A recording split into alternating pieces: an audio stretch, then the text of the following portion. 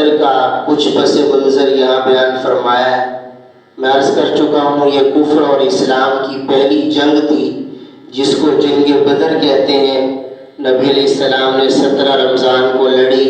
مسلمانوں کی تعداد صرف 313 تھی، کافروں کی تعداد 1000 کی تھی۔ اللہ نے مسلمانوں کی مدد کے لیے آسمان سے فرشتے بھی نازل فرمائے اور 313 مسلمانوں کو، صحابہ کو اللہ نے 1000 کافروں کے لشکر پر فتح عطا فرما دی۔ تو اس کا ذکر اللہ فرمانے کے بعد یہاں اللہ تعالیٰ کامیابی کے 6 اصول بیان فرما رہے ہیں کہ اگر تم دشمن کے مقابلے میں، کافروں کے مقابلے میں یا جنگ کے میدان میں کامیابی چاہتے ہو تو پھر تمہیں 6 باتوں پر عمل کرنا چاہیے۔ پہلی بات ثابت قدمی ہے۔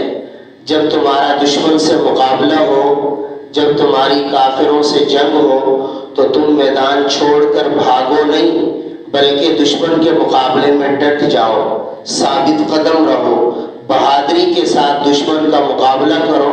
جب تم میدان میں ثابت قدم رہو گے تو تم پر اللہ کی مدد اترے گی۔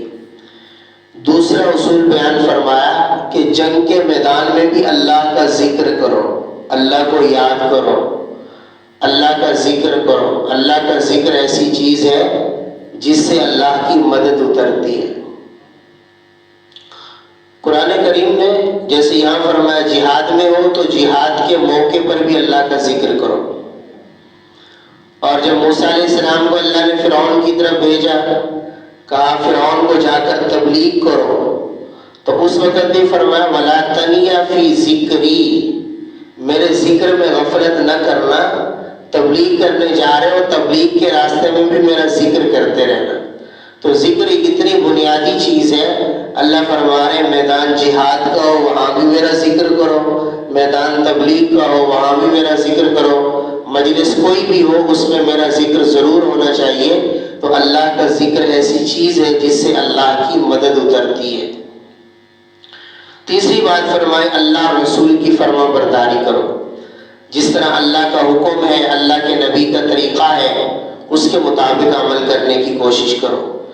چوتھی بات ارشاد فرمائی کہ آپس میں اختلافات پیدا نہ کرو، آپس میں جھگڑے پیدا نہ کرو۔ جب تمہارے آپس میں اختلافات ہو جائیں گے تو پھر اللہ کی مدد اٹھ جائے گی۔ اگر تمہارا آپس میں اتفاق ہوگا، اختلاف نہیں ہوگا تو پھر اللہ کی مدد اترے گی۔ پانچواں فرمایا اگر جنگ میں ناموافق حالات آ جائیں، پریشانی کا معاملہ بن جائے، پھر بھی صبر کرو، میدان جنگ میں موجود رہو، بھاگو نہیں۔ ناموافق حالات پر صبر کرو، صبر کی وجہ سے بھی اللہ کی مدد آئے گی۔ اور چھٹا فرمایا کہ کافروں میں تکبر ہوتا ہے، ان میں ریا اور دکھلاوا ہوتا ہے۔ تم اپنے اندر تکبر نہ لے کر آنا، تم نے تکبر کا مظاہرہ نہیں کرنا، تم نے ریا اور دکھلاوے کا مظاہرہ نہیں کرنا۔ اگر تم میں بھی تکبر آ جائے گا، تم میں بھی ریا اور دکھلاوا آ جائے گا تو پھر اللہ کی مدد اٹھ جائے گی۔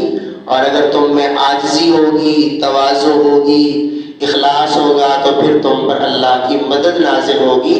تو یہ 6 اصول اللہ نے کامیابی کے بیان فرمائے۔ اس کے بعد چونکہ اس پوری صورت میں اللہ نے جہاد کے احکام بیان فرمائے ہیں تو آگے اللہ فرما رہے ہیں وَأَعِدُّوا لَهُم مَّا اسْتَطَعْتُم مِّن قُوَّةٍ، دیکھو ہر وقت دشمن کے مقابلے کے لیے اپنے پاس قوت جمع رکھو۔ ہر وقت تمہارے پاس تیاری ہونی چاہیے، کیا پتہ کس وقت تمہارا دشمن سے مقابلہ ہو جائے، کس وقت تمہاری کافروں سے جنگ ہو جائے۔ اس لیے جنگ کی تیاری رکھو، اسباب کے درجے میں جتنا ہو سکے جنگ کی تیاری بھی رکھو، جنگ کا ساز و سامان بھی اپنے پاس تیار رکھو، اور جہاد کی قوت تیار رکھو، اپنے آپ کو تیار رکھو، کیا پتہ کس وقت تمہارا کافروں سے مقابلہ ہو جائے۔ آگے جنگ بدر میں ہوا یوں کہ کافروں کے جو لوگ پکڑے گئے، قیدی بن گئے، تو نبی علیہ السلام نے صحابہ سے مشورہ کیا کہ ان کے بارے میں کیا کیا جائے۔ بعض صحابہ نے کہا کہ ان کو قتل کر دیا جائے، کافروں کے جو لوگ قید ہو کر آئے تھے۔ حضرت ابوبکر صدیق رضی اللہ عنہ اور دیگر کچھ صحابہ نے کہا یا رسول صلی اللہ علیہ وسلم ان سے مال لے کر فدیہ لے کر ان کو چھوڑ دیا جائے۔ تو حضور صلی اللہ علیہ وسلم بھی رحمت للعالمین ہے، آپ کے دل میں بھی نرمی کا مادہ غالب تھا، تو آپ نے بھی یہی فرمایا چلو کوئی بات نہیں ہے، ہم ان سے فدیہ لے کے ان کو چھوڑ دیتے ہیں۔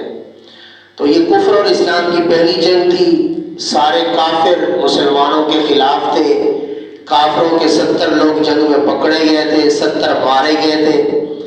تو نبی علیہ السلام نے فیصلہ فرمایا اور ان سے فرمایا تمہارے پاس جو کچھ تھوڑا بہت مال ہے وہ دو اور جاؤ۔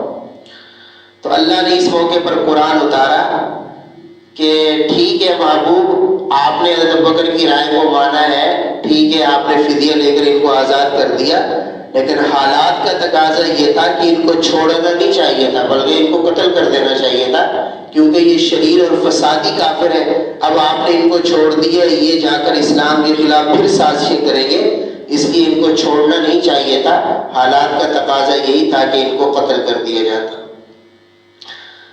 اس سورت کے آخر میں اللہ نے مہاجرین اور انصار صحابہ کا تذکرہ فرمایا ہے۔ مہاجرین کا معنی ہوتا ہے ہجرت کرنے والے، یعنی جو صحابہ مکہ سے ہجرت کر کے مدینہ گئے تھے انہیں مہاجر صحابہ کہتے ہیں، اور جو مدینہ کے رہنے والے تھے انہیں انصار صحابہ کہتے ہیں۔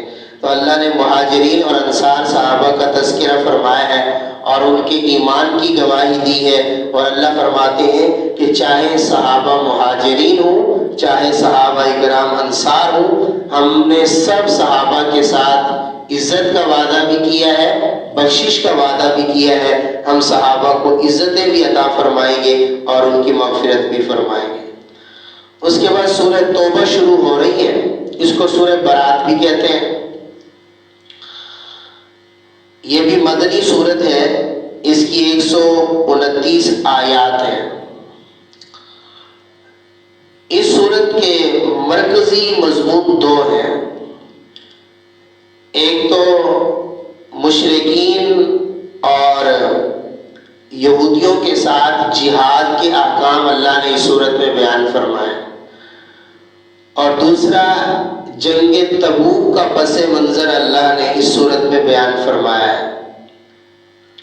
یعنی اس صورت میں بھی زیادہ تر اللہ نے جہاد کے احکام بیان فرمائے ہیں، اور اس صورت کو سورہ توبہ اس لیے کہتے ہیں کہ جنگ تبوک بڑی سخت جنگ تھی جو مسلمانوں نے لڑی تھی، دور دراز کا سفر تھا، گرمی کا موسم تھا، منافق تو بہانہ بنا کر اس جنگ میں نہیں گئے، لیکن کچھ مخلص مومن بھی پیچھے رہ گئے تھے۔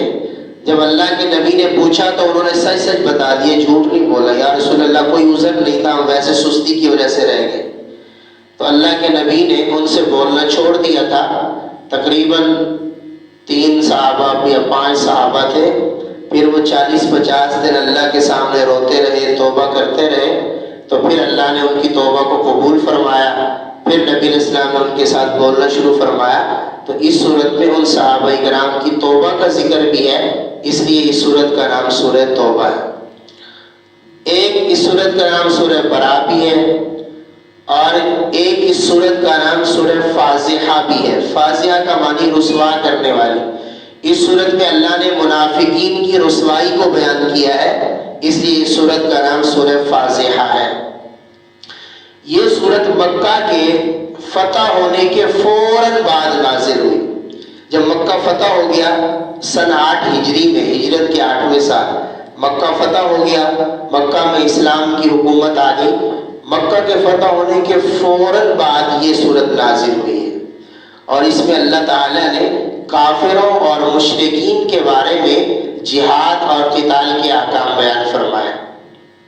مکہ فتح ہو گیا تھا، اب نبی علیہ السلام سے فرمایا گیا ہے کہ مکہ چونکہ اب دارالاسلام بن گیا ہے، اب مکہ میں اسلامی حکومت آ گئی ہے، مکہ فتح ہو گیا ہے، لہٰذا اب جتنے کافر اور مشرک مکہ میں رہتے ہیں اب ان کو رہنے کا حق نہیں ہے، یا تو وہ مسلمان ہو جائیں پھر تو مکہ میں رہیں، اگر مسلمان نہیں ہوتے تو پھر کافروں کو عرب کی دھرتی پہ رہنے کا کوئی حق نہیں ہے۔ چنانچہ اس کے بارے میں احکام بیان فرمائے۔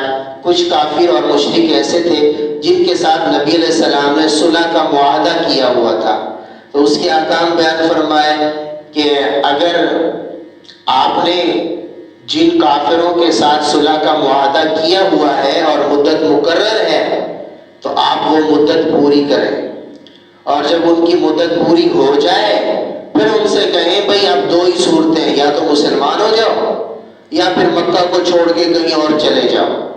اگر یہ دونوں کام نہیں کرتے تو پھر ہم تم سے جہاد کریں گے، قتال کریں گے۔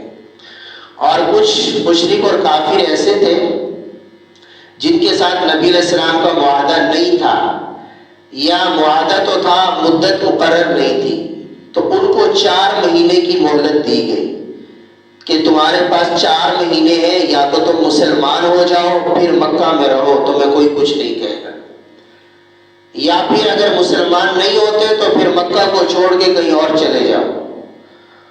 4 مہینے تمہارے پاس ہیں، اگر یہ تم دونوں کام نہیں کر سکتے تو پھر 4 مہینے کے بعد ہم تم سے جہاد کریں گے اور جہاد کر کے تمہیں یہاں مکہ سے نکالیں گے۔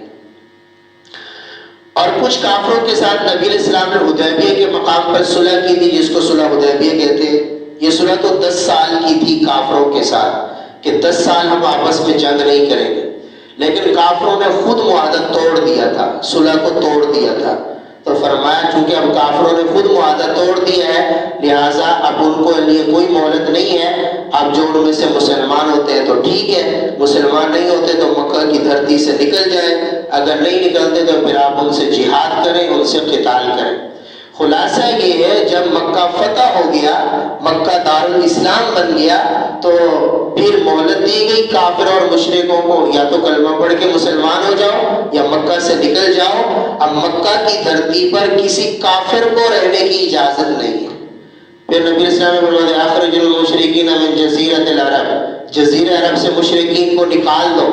چنانچہ جب حضرت عمر کا زمانہ آیا، حضرت عمر کے زمانہ میں جتنے مشرک اور جتنے یہودی نصرانی مکہ کی دھرتی پر موجود تھے، جزیرہ عرب میں موجود تھے، حضرت عمر نے نبی علیہ السلام کی وصیت کے مطابق سارے کافروں کو جزیرہ عرب سے باہر نکال دیا تھا اور فرما دیا تھا جزیرہ عرب اسلام کی کالونی ہے، اب یہاں کسی کافر کو رہنے کی اجازت نہیں۔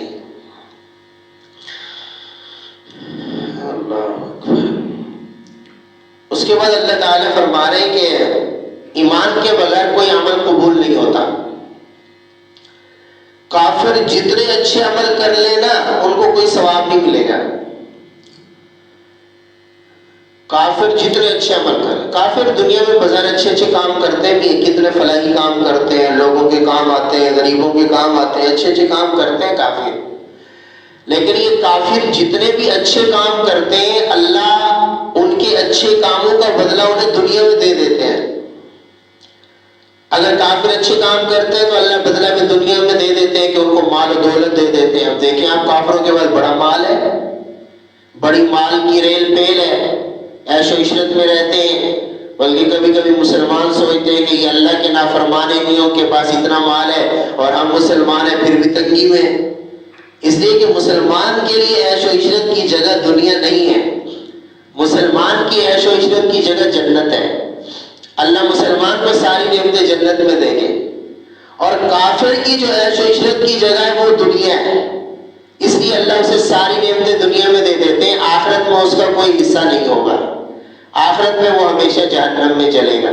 تو کافر اللہ کسی کی کوشش اور عمل ضائع نہیں کرتے، کافر جو دنیا میں اچھے اچھے کام کرتے ہیں اللہ ان کا بدلہ دنیا میں دے دیتے ہیں، مال و دولت کی فراوانی دے دیتے ہیں، خوشحالی دے دیتے ہیں، لیکن آخرت میں کافروں کو کوئی بدلہ اور ثواب نہیں ملے گا، اس لیے کہ ان کے پاس ایمان کی دولت نہیں ہے۔ آخرت میں جنت میں وہی جائیں گے جن کے پاس ایمان کی دولت ہوگی، آخرت کی نعمتیں انہی کے لیے ہیں جن کے پاس ایمان کی دولت ہوگی، جن کے پاس ایمان نہیں ہے آخرت میں وہ ہمیشہ جہنم میں جلیں گے، اللہ کے یہاں ان کے لیے کوئی ثواب اور بدلہ نہیں۔ اب یہ جو مشرکین مکہ تھے یہ بھی اچھے کام کرتے تھے، حج کے زمانے میں جب حاجی آتے تھے یہ حاجیوں کو پانی پلاتے تھے، پانی پلانا بڑے ثواب کا کام ہے، حاجیوں کے کام آتے تھے، ان کے سامان کا خیال رکھتے تھے، اور بھی بہت سارے کام کرتے تھے نیکی کے یہ مشرکین مکہ۔ تو اللہ نے یہی فرمایا جتنے اچھے کام کر لو دنیا میں ہم بدلہ دے دیں گے، آخرت میں کوئی بدلہ نہیں ہوگا، اس لیے کہ ان کے پاس ایمان کی دولت نہیں ہے۔ اگر ایمان کی دولت ہے پھر چھوٹا سا عمل بھی کرو گے تو آخرت میں اللہ بدلہ عطا فرما دیں گے. تو عمل کا ثواب ایمان پر ملتا ہے، ایمان کے بغیر نہیں ملتا، ہمیشہ یاد رکھیں. اس لیے کافروں کا آخرت میں کوئی اجر نہیں ہوگا، آخرت میں اجر صرف ایمان والوں کو ملے گا. اس کے بعد اللہ تعالیٰ نے غزوہ حنین کا کچھ واقعہ بیان فرمایا ہے. حنین کی جنگ نبی علیہ السلام نے لڑی ہے. حنین کی جنگ میں صحابہ کی تعداد بہت زیادہ تھی. جب نبی علیہ السلام حنین کی جنگ کے لیے چلے تو چونکہ صحابہ کرام کی تعداد کافی ساری تھی، تقریباً 30,000 تھی، تو بعض صحابہ کی زبان پر یہ بات آ گئی کہ آج تو ہماری تعداد بڑی ہے، آج تو ہم جیتیں گے، آج تو ہم نہیں ہارتے. آج چونکہ ہماری تعداد زیادہ ہے اس لیے آج ہم جیتیں گے، آج ہم نہیں ہارتے. تو یہ جملہ اللہ کو پسند نہیں آیا. اس لیے پھر حنین کی جنگ میں اچانک مسلمانوں پر حملہ بھی ہوا، تھوڑی سی عارضی شکست کی صورتحال پیدا ہو گئی، پھر اللہ نے فتح عطا فرما دی، مسلمان فاتح بن کر آئے اور کافر بہت سارے مارے گئے. تو اس میں سبق یہ دے دیا گیا کہ مسلمان کو مال اور اسباب پر توکل نہیں کرنا چاہیے بلکہ توکل اللہ کی ذات پر کرنا چاہیے. اب یہی جملہ اللہ کو پسند نہیں ہے کہ آج ہماری تعداد زیادہ ہے اس لیے ہم ہاریں گے نہیں، جیت جائیں گے. تو اللہ نے تنبیہ فرما دی کہ بدر میں بھی تو تم 313 تھے، تمہاری تعداد کم تھی، اس وقت ہم نے تمہیں کامیابی عطا فرمائی تھی، تو اب بھی ہم ہی کامیابی عطا فرمائیں گے، تعداد کی وجہ سے کامیابی نہیں ملے گی. تو اللہ سبق یہ دینا چاہتے ہیں کہ انسان کو مال اور اسباب پر یقین اور بھروسہ نہیں ہونا چاہیے بلکہ بھروسہ اللہ کی ذات پر ہونا چاہیے کہ جب اللہ چاہیں گے تو ہوگا، اللہ نہیں چاہیں گے تو کچھ بھی نہیں ہوگا. اس کے بعد یہودی کہتے تھے کہ عزیر علیہ السلام اللہ کے بیٹے ہیں، نصرانی کہتے تھے کہ عیسیٰ علیہ السلام اللہ کے بیٹے ہیں. تو یہاں دونوں کی تردید فرمائی کہ نہ عیسیٰ اللہ کے بیٹے ہیں نہ عزیر اللہ کے بیٹے ہیں. عزیر علیہ السلام بھی اللہ کے رسول ہیں اور عیسیٰ علیہ السلام بھی اللہ کے رسول ہیں. آگے پھر غزوہ تبوک کا اللہ نے ذکر فرمایا ہے. یہ تبوک بہت بڑی جنگ ہے جو نبی علیہ السلام نے لڑی ہے اور دور دراز کا سفر تھا، بہت سخت جنگ تھی. تو اس کی کچھ جزیات آگے 11ویں پارے میں بھی آتی رہے گی. تو اللہ کے نبی صلی اللہ علیہ وسلم نے تبوک کی جنگ لڑی اور اس میں تمام مخلص صحابہ نبی علیہ السلام کے ساتھ تھے. اور یہ جو آپ نے سنا ہوگا حضرت عمر گھر کا آدھا مال لے کر آئے، حضرت ابوبکر صدیق گھر کا سارا مال لے کر آئے، یہ اسی تبوک کے موقع پر تھا. نبی علیہ السلام نے اعلان فرمایا تھا کہ جنگ کے لیے جانا ہے، چندہ لاؤ. تو حضرت عمر گھر کا آدھا مال لائے، حضرت عمر گھر کا سارا مال لے کر آئے. یا رسول اللہ گھر میں اللہ اور رسول کا نام ہی چھوڑ کر آیا ہوں. تو یہ تبوک کی جنگ ہے، اس میں تمام صحابہ کرام گئے، جنگ لڑی، اللہ نے فتح بھی عطا فرمائی. لیکن منافقوں نے بہانے بنائے، جو منافق لوگ تھے انہوں نے بہانے بنائے اور بہانے بنا کر وہ اس جنگ میں شریک نہیں ہوئے. تو اس صورت میں پھر اللہ نے منافقین کے بہانوں کی حقیقت کو ظاہر کیا ہے اور جو وہ باتیں چھپاتے تھے، مسلمانوں کو دھوکہ دیتے تھے، اللہ نے ان کی باتوں کو ظاہر کر کے مسلمانوں کو بتایا ہے کہ یہ آپ سے دھوکہ کرتے ہیں، آپ سے جھوٹے بہانے بناتے ہیں منافق، اس کے علاوہ اور کوئی بات نہیں ہے. پھر آخر میں اللہ تعالی نے یہ بات ارشاد فرمائی ہے، محبوب یہ منافق اتنے گئے گزرے ہیں کہ اگر آپ ان کے لیے 70 مرتبہ بھی استغفار کریں گے نا ہم ان کو پھر بھی معاف نہیں کریں گے. اور فرمایا جہنم کے سب سے نچلے طبقے میں یہ منافق لوگ ہوں گے. کیوں؟ اس لیے کہ انہی منافقین کی وجہ سے دین کو زیادہ نقصان پہنچتا ہے. جو کافر ہے نا اس کے بارے میں تو پتہ ہی کافر ہے، اور جو مسلمان ہے اس کے بارے میں بھی پتہ ہی مسلمان ہے، اور جو منافق ہے زبان سے تو کہتے ہیں میں مسلمان ہوں، اندر سے کافر ہے. تو یہ مسلمانوں میں رہ کر دین کو زیادہ نقصان پہنچاتے ہیں. اس لیے فرمایا جہنم کے سب سے نچلے طبقے میں یہی منافق ہوں گے. اور نبی علیہ السلام شروع میں ان کا جنازہ بھی پڑھا دیتے تھے، ان کے لیے دعائیں مغفرت بھی کر دیتے تھے. عبداللہ بن ابی کا انتقال ہوا، حضرت عمر نے منع کیا، حضور نے فرمایا اللہ نے مجھے نہیں روکا، تو حضور نے جنازہ بھی پڑھا دیا. حضور کے اخلاق کریمانہ تھے، حضور نے جنازہ بھی پڑھا دیا، اپنا کرتا بھی اسے دے دیا، اسے قبر میں بھی اتارا. لیکن اس کے بعد پھر یہ آیت نازل ہوئی، محبوب آپ منافقوں کے لیے 70 مرتبہ بھی استغفار کریں گے نا، ہم منافقوں کو پھر بھی معاف نہیں کریں گے۔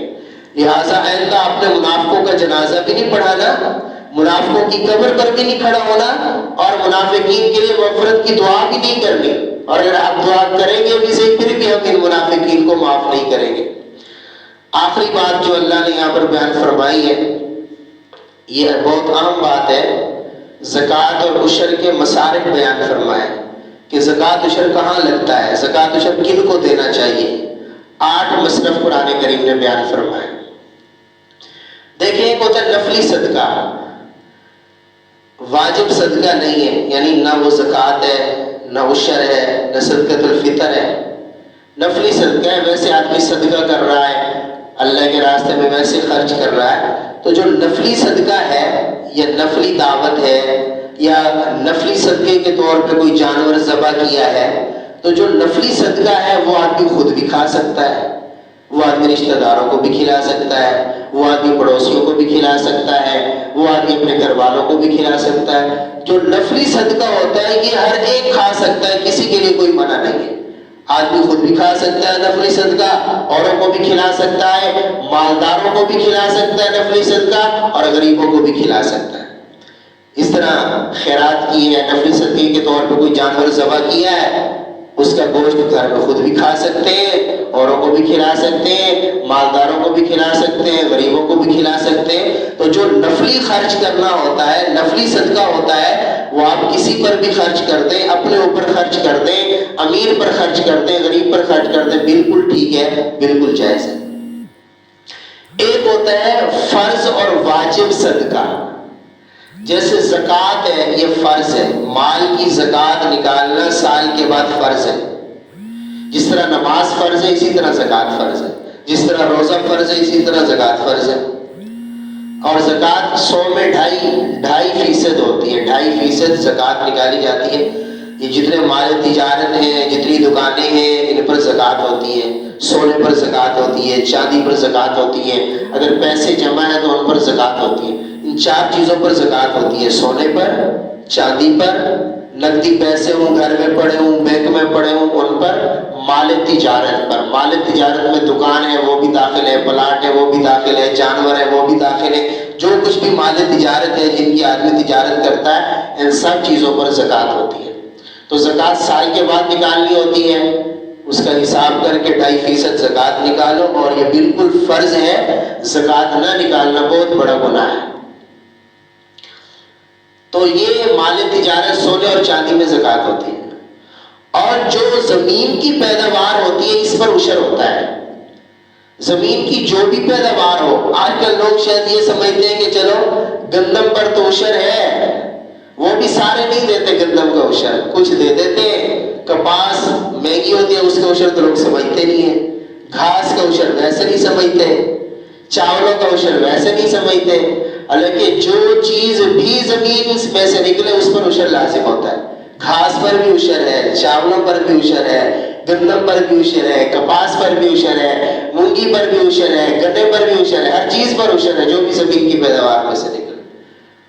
اور عشر ہمارے علاقوں میں عشر 20واں حصہ ہے، یعنی 20 من میں سے 19 من ہمارے ہیں، اور جو 20واں من ہے وہ اللہ کا ہے اور غرباء کا ہے، غریبوں کا ہے، وہ نکالنا، عشر نکالنا واجب ہے۔ جیسے بھی گندم ہے، گندم کے 20 من ہے، خرچہ پہلے نہیں نکالا جاتا، جتنی آمد ہوئی ہے اس میں سے پہلے عشر نکالا جائے گا، خرچے بعد میں نکالے جائیں گے۔ تو پہلے عشر نکالنا، 19 من اپنے اور 20واں من اللہ کے نام کا ہے، یہ بھی واجب ہے۔ زکوٰۃ عشر نکالنا فرض اور واجب ہے، نہیں نکالیں گے تو گناہ گار ہوں گے۔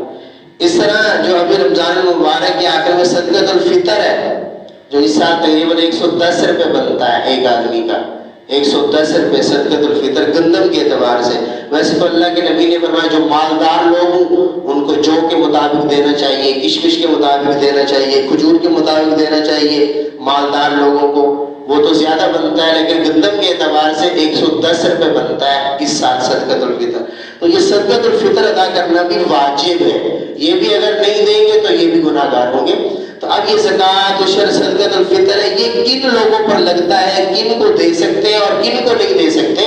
تو قرآن کریم نے اس کے 8 مصارف بیان فرمائے ہیں، یہاں پر وہی مصارف کا بیان ہے۔ فرمایا زکوٰۃ عشر صدقۃ الفطر پہلے نمبر پر فقراء کو دیں، للفقراء، فقراء کو۔ فقراء، فقیر کس کو کہتے ہیں؟ فقیر اس کو کہتے ہیں جس کے پاس کچھ بھی نہ ہو، اس کو فقیر کہتے ہیں۔ جس کے پاس کچھ بھی نہ ہو اس کو فقیر کہتے ہیں۔ شریعت کہتی ہے اس فقیر کو زکوٰۃ بھی دے سکتے ہو، عشر بھی دے سکتے ہو، صدقۃ الفطر بھی دے سکتے ہو۔ دوسرا مصرف اللہ نے بیان کیا مساکین کا، مسکینوں کا۔ مسکین کن کو کہتے ہیں؟ فقیر تو اس کو کہتے ہیں جس کے پاس کچھ بھی نہ ہو، مسکین اس کو کہتے ہیں جس کے پاس کچھ ہو صحیح لیکن اتنا تھوڑا ہو، اتنا کم ہو کہ اس کا گزارا نہ چلتا ہو، اس کو مسکین کہتے ہیں۔ ایک آدمی ہے بیچارہ مزدوری کرتا ہے، اس کی آمدن تو ہے، بس وہ مزدوری کی آمدن ہے اور بیچارے کے پاس کچھ بھی نہیں ہے اور کوئی آمدن نہیں ہے اور مزدوری سے اس کا گھر بھی نہیں چلتا، اس کا گزارا نہیں ہوتا، تو یہ مسکین ہے۔ تو مسکین اس کو کہتے ہیں جس کے پاس کچھ ہو تو صحیح لیکن اتنا تھوڑا ہو کہ اس کا گزارا نہ چلے۔ فضول خرچی مراد نہیں ہے کہ عیاشی اڑاتا رہے زکوٰۃ لے کر، یہ مراد نہیں ہے۔ مراد یہ ہے کہ جو اس کی ضرورت کی چیزیں گھر کی، اس کا خرچہ نہیں چلتا، اتنا کم ہے اس کے پاس، اس کو مسکین کہتے ہیں، اس کو بھی زکوٰۃ عشر دیا جا سکتا ہے۔ اس کے بعد تیسرا مصرف یہاں پر اللہ تعالیٰ نے جو بیان فرمایا وہ عاملین کا بیان فرمایا۔ اصل میں اب تو یہ نظام نہیں رہا، پہلے زمانے میں ایسا ہوتا تھا کہ حکومت کی طرف سے زکوٰۃ وصول کرنے والے لوگ مقرر ہوتے تھے، وہ لوگوں کے پاس جا کر زکوٰۃ وصول کرتے تھے اور بیت المال میں زکوٰۃ آ کر جمع ہوتی تھی اور پھر وہاں سے اسلامی حکومت صحیح طریقے سے زکوٰۃ کو خرچ کرتی تھی۔ اگرچہ بینکوں کا تو ویسے نظام سود ہے سوائے اسلامی بینکوں کے، وہاں سے اگرچہ زکوٰۃ کاٹتے ہیں، پتہ نہیں کہاں جاتی ہے کہاں نہیں جاتی، بہرحال زکوٰۃ آدمی کو خود ادا کرنی چاہیے۔ تو میں عرض کر رہا تھا تو عامل ان لوگوں کو کہتے تھے جو حکومت کی طرف سے زکوٰۃ مقرر کرنے کے لیے، زکوٰۃ وصول کرنے کے لیے مقرر ہوتے تھے۔ تو اب چونکہ یہ زکوٰۃ وصول کرتے ہیں، مصروف رہتے ہیں، تو ان کو تنخواہ میں زکوٰۃ دی جا سکتی تھی۔ تو ایک مصرف یہ ہے عاملین کا۔ اور چوتھا مصرف ہے مؤلفۃ القلوب۔ مؤلفۃ القلوب ان لوگوں کو کہتے ہیں جو نئے نئے مسلمان ہوئے ہوں۔ کوئی آدمی نئے نئے مسلمان ہوئے اور وہ ضرورت مند بھی ہیں، ضرورت مند بھی ہیں، نئے نئے مسلمان بھی ہیں، تو ان کو زکوٰۃ اور عشر دے دینا تاکہ یہ اسلام پر پکے ہو جائیں، اسلام پر پکا کرنے کے لیے ان کو زکوٰۃ دے دینا، یہ بھی ایک مصرف ہے، اس کو مؤلفۃ القلوب کہتے ہیں۔ اسی طرح ایک 5واں مصرف فی الرقاب قرآن نے بیان کیا۔ پہلے زمانے میں غلام ہوتے تھے، آج کل وہ غلاموں کا وجود تو نہیں ہے، پہلے زمانے میں غلام ہوتے تھے، تو غلام کو زکوٰۃ دینا اس کو آزاد کرنے کے لیے، یا اس کے مالک کو زکوٰۃ میں سے پیسے دے دینا کہ غلام کو آزاد کر دو، تو غلام کو آزاد کرانے کے لیے بھی زکوٰۃ اور عشر دیا جا سکتا ہے۔ آج کل اس کی مثال یہ کہ اگر کوئی آدمی ناحق جیل میں پڑا ہوا ہے اور غریب ہے، مستحق ہے، ناحق جیل میں پڑا ہوا ہے، اور اس کو چھڑانے کے لیے پیسے لگتے ہیں، اس کے پاس پیسے نہیں ہیں، تو زکوٰۃ میں سے اس کو چھڑانے کے لیے پیسے دیے جا سکتے ہیں۔ اگر وہ ناحق اور مستحق ہو تو اس کو چھڑانے کے لیے پیسے زکوٰۃ میں سے دیے جا سکتے ہیں۔ ایک مصرف قرآن نے غارمین بیان کیا ہے۔ غارمین ان لوگوں کو کہتے ہیں جو بیچارے مقروض ہیں، وہ لوگ جو اتنے مقروض ہیں اور ان بیچاروں کے پاس قرض ادا کرنے کا کوئی انتظام بھی نہیں ہے، مقروض ہیں اور قرض ادا کرنے کا کوئی انتظام بھی نہیں ہے، ان کے پاس کوئی چیز نہیں ہے، جائیداد نہیں ہے، زمین نہیں ہے، دکان نہیں ہے، جانور نہیں ہے جس کو وہ بیچ کر اپنا قرضہ ادا کریں گے۔ اگر کوئی ایسے لوگ ہیں جو مقروض ہیں اور قرضہ ادا کرنے کا ان کے پاس انتظام بھی نہیں ہے، تو ایسے لوگوں کو بھی زکوٰۃ اور عشر دیا جا سکتا ہے تاکہ وہ اپنا قرضہ ادا کر سکیں۔